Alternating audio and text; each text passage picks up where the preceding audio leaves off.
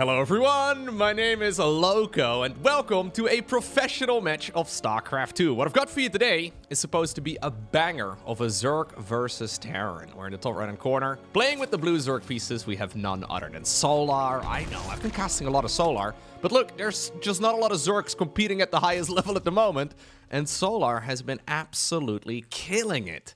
His opponent, though, down in the bottom left. I feel like every time I've casted Solar recently in a Zerg versus Terran, his opponent has been Bjorn. Not the case this time. We're looking inside of the main of Kijkwijzer. Alrighty. Now, game, it's going to take place. This is just a single match. The game is going to be taking place on a map called Throne of the Dunes. It's one of the TLMC finalists. The Lissan Al-Gaib is here somewhere. I'm still expecting Shai Hulud to be digging up somewhere near the bases. That would be kind of sick, actually, if at like minute 5, minute 10, at like a 5-minute interval, you can go kill Shai Hulud in the middle of the map. You get bonus resources. I know a lot of StarCraft fans are completely against that type of gameplay, but I would be down for it. Anyways, I've been a big fan of the way that Solar has been playing lately. The majority of the Zerg players that I've been casting on the new patch, on the new maps, they all seem to be struggling. And Solar is playing a very macro-focused style in this matchup, but he is doing so better than basically anybody else. So I did recently cast a game of Solar going up against Bjorn, where he went north of like 50 Brute Lords in the late game. In a very strange way, he was bringing Brute Lord Infestor back in 2025. Now, if you've been watching StarCraft for a long time, that may be a bit of a, double-edged sword. Some people are like, ooh, Brute Lord Infestor, that was amazing. And then on the other side, you have a lot of people that absolutely hated Brute Lord Infestor. Because once upon a time, it's the unit composition that beat everything. And that was the unit comp that, well, spoiler alert, for my own video, I suppose, that was the unit composition that Solar absolutely destroyed Bjorn with. I'm not exactly sure if it's actually really powerful, or if it was just that Bjorn had never played against it before, but ever since they have, well, fixed the Brute Lord, and the Brute Lord is no longer as buggy as it once used to be, it's now a lot more reliable, they seem to destroy Thors, and without Thors, how in the world do you really kill Brute Lords? I mean, technically, obviously, Vikings are a decent choice, but they're not quite ideal. Anyway, we're a long ways away from that. If Solar wants to play that style yet again, he's gonna need, I think, at bare minimum, like 5 bases up and running. But that's what I've been really liking about, well, Solar's playstyle in general. It's very macro-focused. So he likes to effectively just absorb every attack early on, until, at least in the games that I've seen him play so far, he gets up towards lurkers, he goes into a Nidus network, and that's when he flips the switch and he goes full aggression. I have not seen as many Cure games on the new patch just yet, but the ones I did see have been very impressive. It's going to be a triple command center 1-1-1 right here for the Terran from Korea. Nothing all too odd there. This Reaper has been an absolute bully. Cure, by the way, has been playing some stellar StarCraft in general. I know I say this every time, but his ZVT really was his worst matchup. So his Terran versus Zerg for years was just not quite up there. But yeah, over the last year or two, I really believe that Cure has become one of the very best Terran versus Zerg players on the planet. And I did have a quick little look at how long this particular game is. We should see a nice macro game between these two. At least that's what I'm anticipating. I believe across the board, Solar should be favored in the late game. But there's no denying that Cure is a bit of a monster these days. Okay. Gonna be the cloaking upgrade right now for the Banshee. Second tech lab coming up as well. This should just be a bio-based follow-up. I'm expecting multiple barracks in a moment. For now, though, it's going to be Hellions driving around. Mostly just putting a little bit of pressure on here. Now, notice how Solar is positioning his Overlords in such a way that he can actually spread the creep nice and safely. He sees the Banshee moving out. He sees the green light here inside of the tech lab, so he knows he needs to prepare spores. Also fires up a lair immediately, so he has got a mobile version of detection. He'll probably go for a second spore crawler here in about 10 seconds time. Well, a third right now. When you think about it, though, if you're the Terran, you're pretty much always going to be attacking either the main or the third. So Solar squeezing as much juice out of this as he possibly can. The Overlord positioning, by the way, really is big. It's one of the things that is oftentimes... I mean, it's not really forgotten. It's like mostly an APM limitation. I think most people out there know that positioning your Overlords is a very important thing, but when you're actually playing the game, obviously, well, it all comes down to prioritization. It's difficult to actually do everything perfectly. But maybe that's what's really allowing Solar so much strong early game defense, because he has been looking like a little bit of a monster. Baneling Nest coming up. Double Evolution Chamber here too. Solar steering away from that roach-based opener that we've been seeing a lot over the last year. It seems that with the reintroduction of the 5 HP on the Baneling speed, Solar is, yeah, just skipping out on the Roach Warren, and he's going straight into the Baneling speed yet again. So Lara's going to be done. We should see the upgrade here inside of the Baneling Nest in just a moment, and it seems that as long as you get that upgrade down by the time that, well, Stimpack is done, right, and Terran can really go for the big aggression, the 5 additional hit points, it really does allow you, there we go, the defensive capabilities that you need to be able to stop those big Terran timing attacks. Speaking of which, Barracks 4 and 5 just finished up. Stimpack, together with 1-1, has been lined up brilliantly right now for Cure. So he is going to be able to get those upgrades done right around the same time. Combat Shields is going to be dragging a little bit behind. But it's still going to be an attack that has a lot of potential. Now, are we going to aid Rex? That's the question. Or will we be adding on a 4th command center here in just a moment? We have an armory going down. We don't yet have a 2nd factory at the front, which usually... Oh, there it is. Okay. That usually is an indication we do want to go into a 4th command center as well in a moment. So, Cure is testing the waters here with a push. It is going to be an attack that has real potential. But it's mostly just dedicated pressure, because I believe we are going to be seeing a 4th command center here in a moment. Baneling Speed narrowly is going to finish up, although he was a little bit delayed on starting it up. It will be in time. Actually, I think he delayed it on purpose. Yeah. As long as you have the attack done by the time that this attack commences, it should be okay. Queens on the high ground right now are within range of the siege tank. Banelings, Zerglings, everything is going to go around the site. Retargeting, though, is Cure. Trying to shut down those Banes before they can really connect, but still, stellar defense right here from Solar. Spore Crawler trying to be within range. It does indeed hit at least a few times. And look at the defensive play here from Solar. Seriously, it has just been something beautiful lately. A lot of Zergs are just dead by this phase in the match. But Solar, yeah, defending everything really, really cleanly. Now he's going to use this as an opportunity to immediately go into a hive. I'm expecting a Lurker Den as well, although for now it's just going to be Hydraling Bane, actually, which is, alright, something to pay attention to. 4th command center at this point is halfway done. Barracks 6, 7, and 8 are coming up here. All is A-okay right now for Cure. But he was certainly hoping to deal a little bit more damage with that attack than he just did. Now you run into some problems, though, as the Terran, right? How in the world do you secure the 4th base? You're gonna likely be attacked by either Hydraling Bane or Hydra Lurker or whatever Zerg can really throw at you. That's one of the big problems you run into. He's still clearing out some of the creep, but securing a 4th base can become really difficult if, indeed, Solar decides to be aggressive. Now, this is a different style, though, here from Solar. So we don't yet have him focusing on a Lurker Den at all. Normally, he rushes up to Lurkers, which makes me think he's not gonna play Lurkers at all, or maybe a very delayed version of it. Just getting up towards the hive right now for the Vipers, and then also for the Adrenal Glands research. Vipers, of course, for Blinding Cloud, and nope, it's just a delayed Lurker Den. He could have had that one a little while ago already, but maybe he delayed it in case it would be an Atrax all-in? I mean, he scouted a little bit ago, and he did see the 4th command center, so... Not exactly sure. He could have probably already made this one a little earlier. Then again, in that game that I just referenced against Björn, he rushed up towards a Lurker Den, and then he made 2 Lurkers, and couldn't really afford a whole lot more. Terran Bio Army moving on over towards the bottom right. No vision over here, though, for the Zerg, so Cure is going to be able to potentially catch his opponent off guard. Push up north as well. Nice double-pronged aggression. Shuts down one of the bases right there from the Zerg player.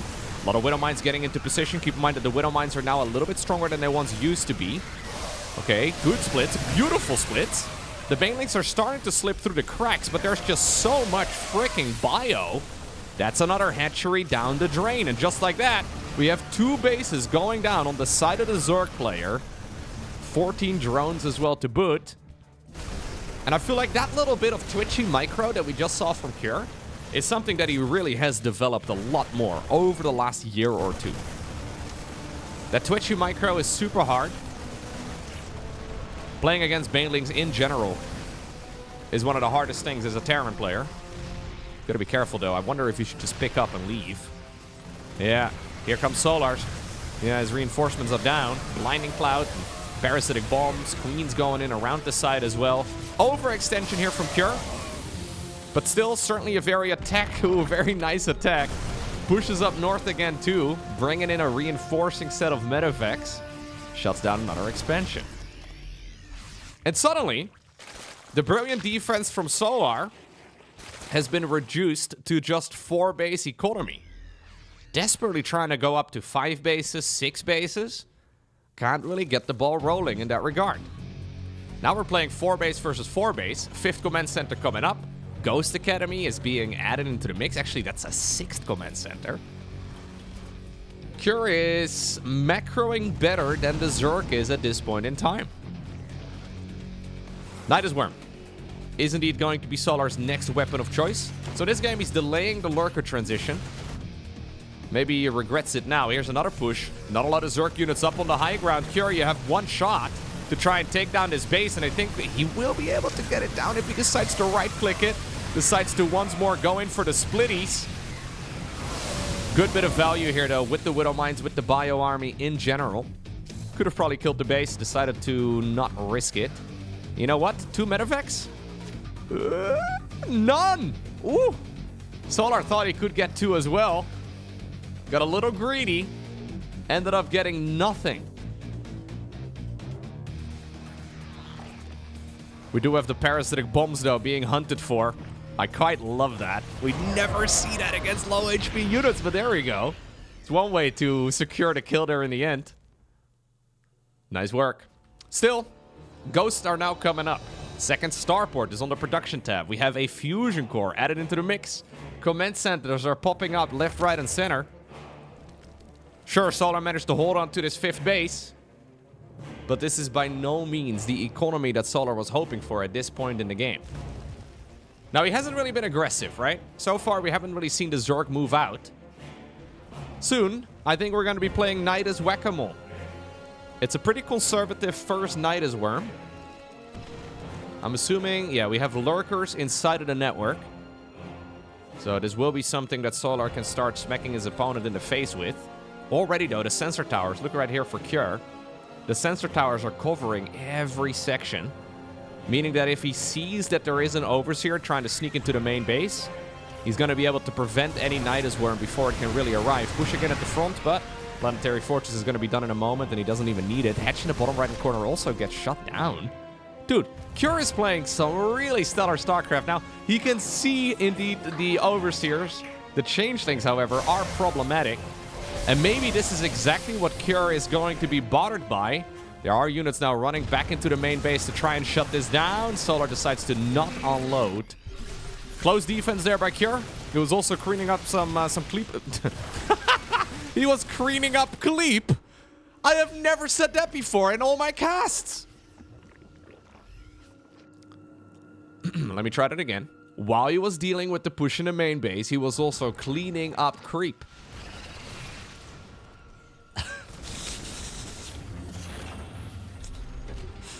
You would imagine I would have stumbled into that one years ago. Not the case. Now, Cure has been able to snowball to a really lovely position, right? The problem for him is that the Zerg economy is still big. And now suddenly, it is Solar's turn to start striking back.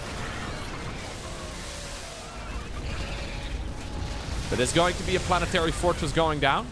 Maybe this command center is going to burn out as well. Only a few HP on it remaining.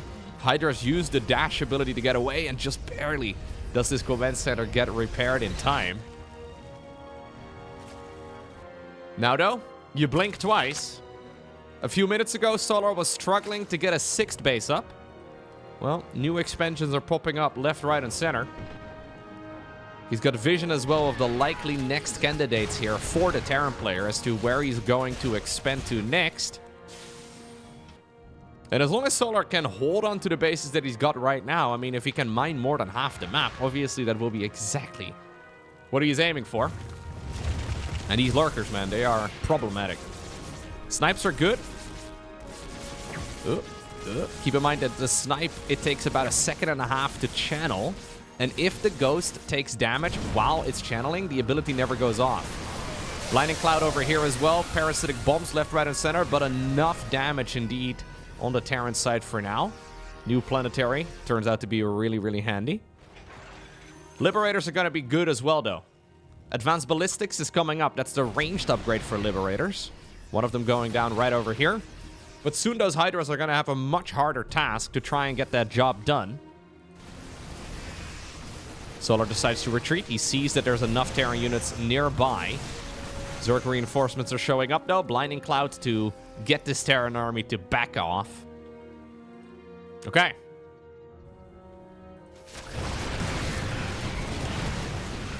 I gotta say, late game TVZ on the new patch is something very, very beautiful. These guys are so evenly matched. Splitties right now as well, onto the ghosts. Command center does fall, but it did get a lot of value. Lurkers inside of the main base, though, are once more annoying, right? Like, this is annoying, mostly as far as, like, the APM effectiveness goes. Now, this is pretty nice. He decides to retreat right before the Liberators can really get the job done. Nidus Worm goes onto the low ground as well. Let's do a little bit of first-person view. So this is what Solar was looking at whilst playing the game. Burrowing the Lurkers doesn't take a lot of APM. But defending against the Lurkers is an absolute pain. So that was just a few actions right here for the Zerg. One small action for the Zerg. A gigantic pain in the ass for the Terran. As a wise man once said. Moving them forward, shift queuing them around. Parasitic Bomb goes down onto the medevac. Let's switch on over to Cure's point of view here. Cure always looks a little bit slower when you look at his gameplay. Not as frantic as Zerg, obviously, in general. Trying his very best to reposition his army over there. Not quite hotkeying all the units, actually. Just boxing them, it seems. Yeah, that's what he did just now. New command center starting up. A lot of scrolling here. I'm going to take control of the camera again. What he does not notice, though, is that this entire Zerg army has sneaked up north. All the way around the site and then down towards the bottom left expansion. And that's another planetary plus 20 SCVs that go down the drain. We have a second fusion core coming up. Don't think we need that, Cure. There's only really 2 reasons to make it, and that's the upgrades. I mean, unless you really want to go battle cruisers. I would be down for it, don't get me wrong, Cure. I doubt it.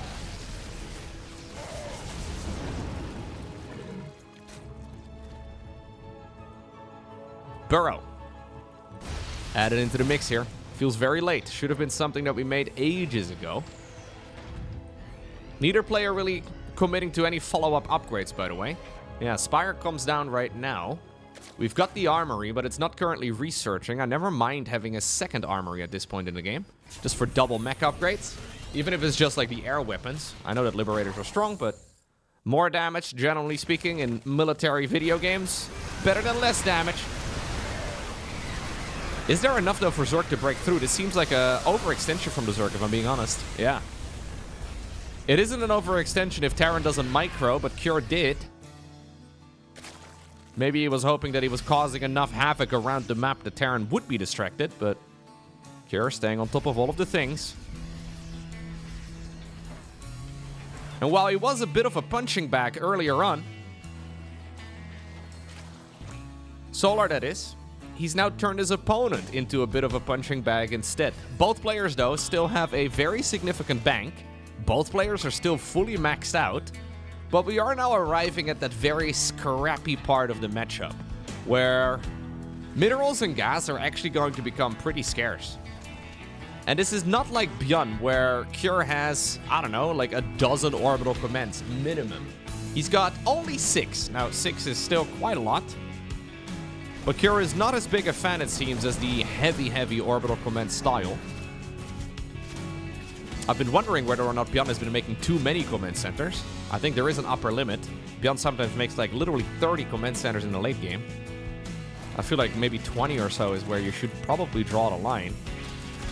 Either way, Cure hasn't really made him, and it's giving him a bit more bank to work with. But where do you expand to right now as the Terran? So Throne of the Dunes is one of the very new maps. I haven't seen a single late game on this map just yet. So this hasn't really been... Ooh, careful. This hasn't really been explored territory. Pushes again here through the middle of the map. It seems to me that Cure was hoping he could take this base here at the bottom right-hand corner. I think he was planning on shutting down the Zerg. Look at the creep spread, by the way. Absolutely ridiculous work right there by Solar. Now gooping up, like, what, 70% of the map in total?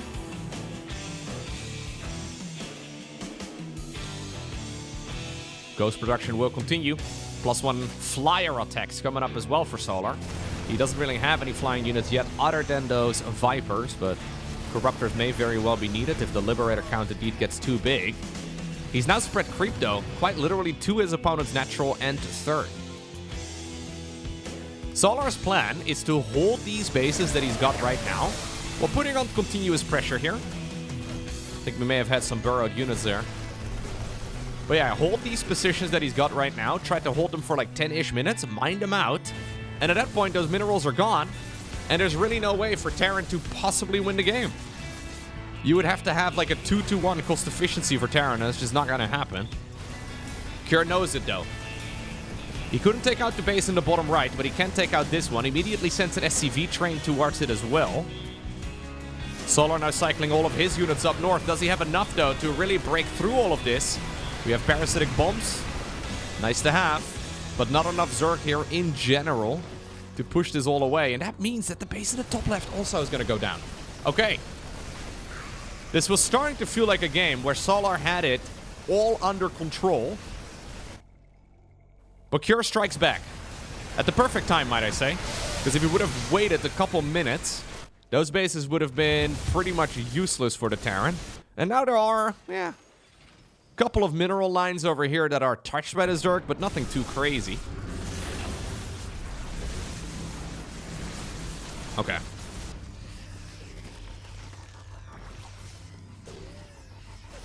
Slowly moving around the site. You don't want to be stepping onto creep hole too much. Huge amount of marine marauder, man. You're actually very marine focused. Yeah, if we compare that to the way that like Clem, Bjorn, all the rest of the Terrans have been playing late game over the last couple weeks. Despite the fact that like ghosts used to be massed, we only have 9 right here for Cure compared to like the 20 to 30 or so that we've been seeing from those other Terrans. It leaves a lot more supply on the table for Marines and Marauders.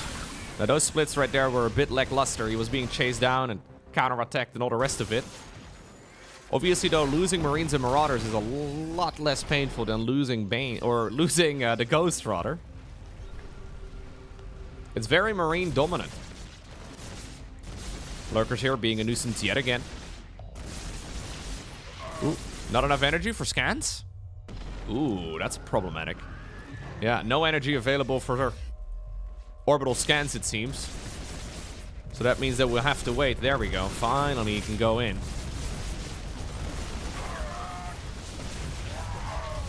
It's so much attention that these lurkers really claim. Still, Cure has now taken this base over here in the top left. His worker count is a little bit lackluster.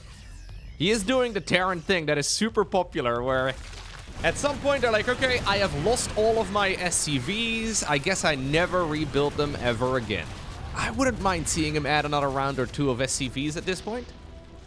44 is just a bit low, but apparently he's dedicating himself to full army. Infestors, by the way, have been added into the mix here for Solar. So it's mostly Hydra, Lingbane, Viper, Infestor.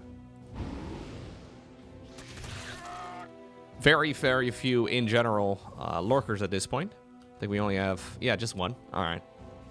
Couple in the Nidus Worm is what I assumed, but it's just the one in total. Widow Mines. Nice setup.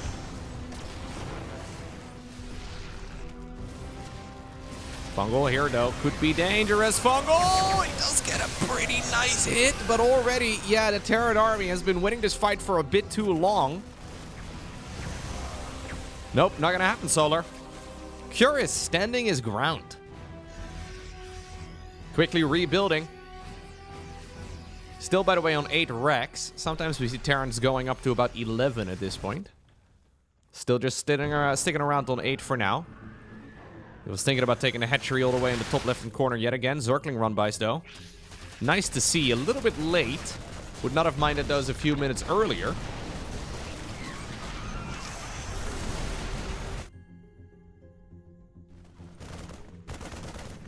Zergling run-bys trying to move all over.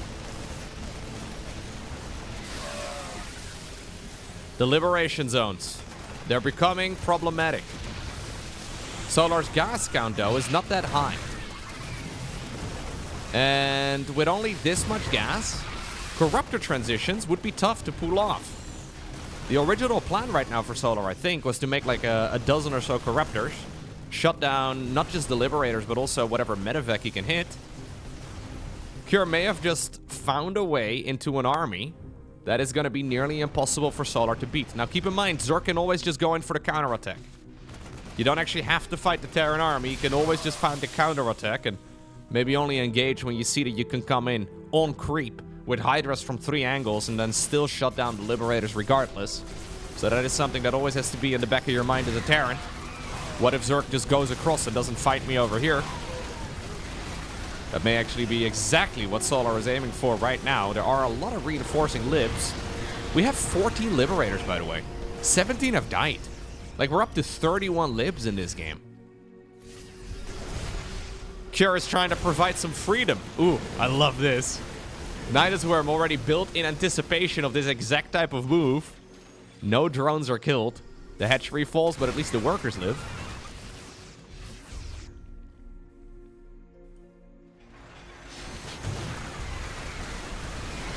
This army, though, from Cure is looking insanely nice. Not making the transition towards Terran mech. Not aiming for any sort of ghost mech or anything along those lines. He's constantly edging around the creep. Sometimes he moves onto it, but not too much.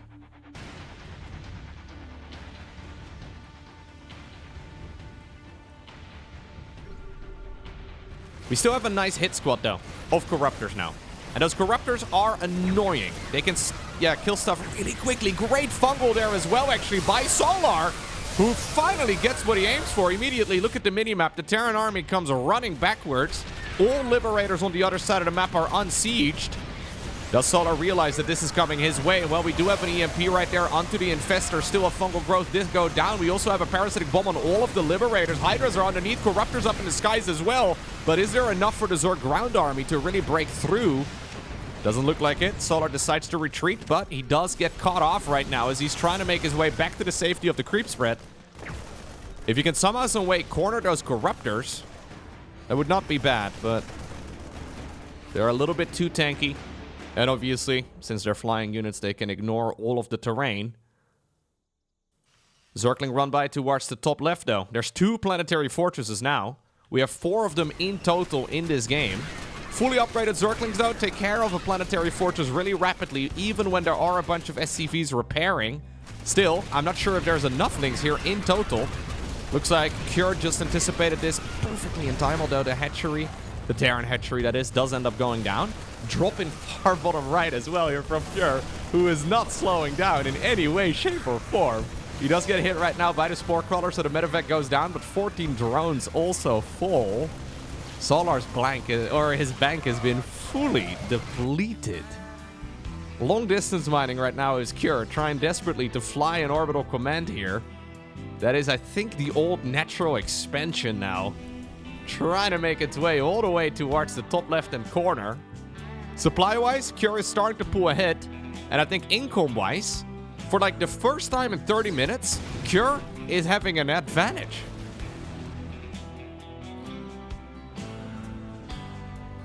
Solar needs to make sure that this base does not go up.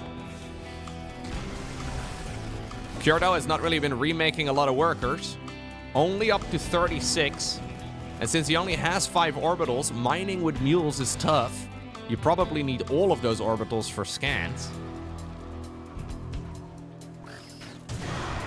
Bunch of randomly positioned Widow Mines. The frustration of many a Zerg. Ooh! Well, that is a lucky gift. 13 SCVs were making the transfer to the top left. Easy kills. Do they get replaced in the supply count? Nope. Cure using that as an opportunity to make his army even bigger. How much mining is going on, though, right now for the Zerg? So he still has this center base. Running dangerously low. Base in the bottom right also has a bit of juice remaining, but not a ton. Honestly, maybe he's thinking about taking this one over here in the middle. Yeah, I think so.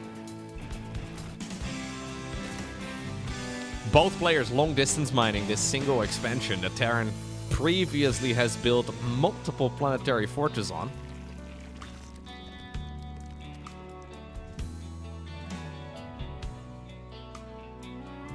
I think Solar is ready to go for one final hurrah. He needs to kill this base in the top left. He needs to shut it down. Kyoto is reading it perfectly. Fungal growth is still dangerous. Parasitic bombs, blinding clouds. There's a lot of Zerg potential. Fungal, not gonna happen. EMPs were perfect. Liberator up in the air. Base indeed already evacuated. We do have a blinding cloud over here. Zerglings and Banelings do not care because they're melee units. Banelings, though, trying to roll towards the corner. Cloak gets activated on the ghosts. The other half of the Terran army, though, split off to the right side of that engagement. And just like that, it is Cure who obtains the victory in a phenomenal game of StarCraft 2. If you ever doubted, right, where Cure's TVZ is in 2025, maybe once upon a time it was his worst matchup, but I really think those days are long gone.